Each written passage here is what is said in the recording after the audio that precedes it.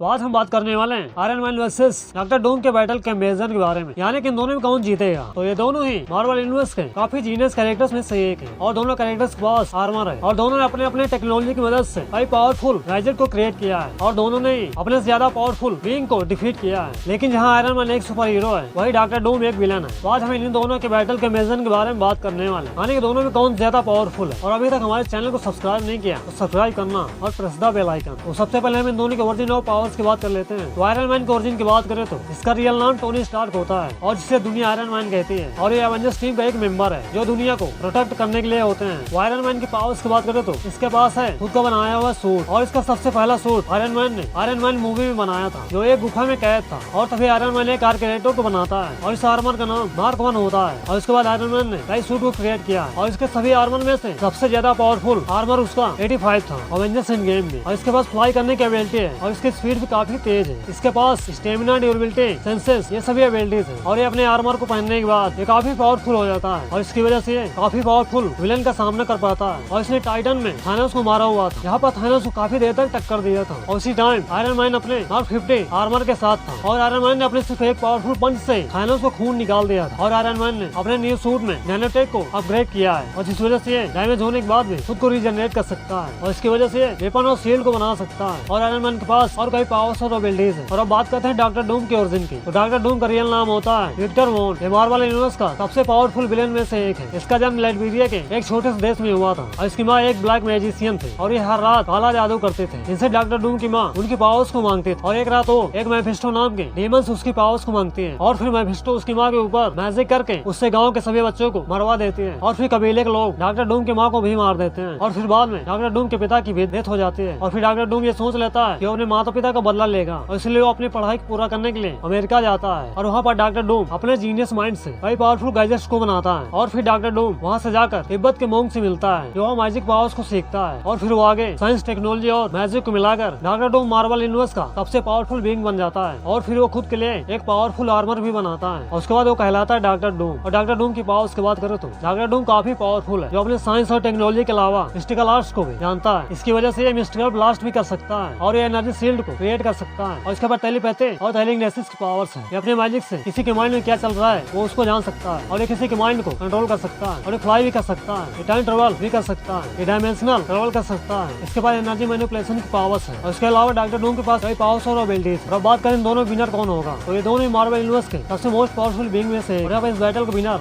Doctor Doom ही होगा।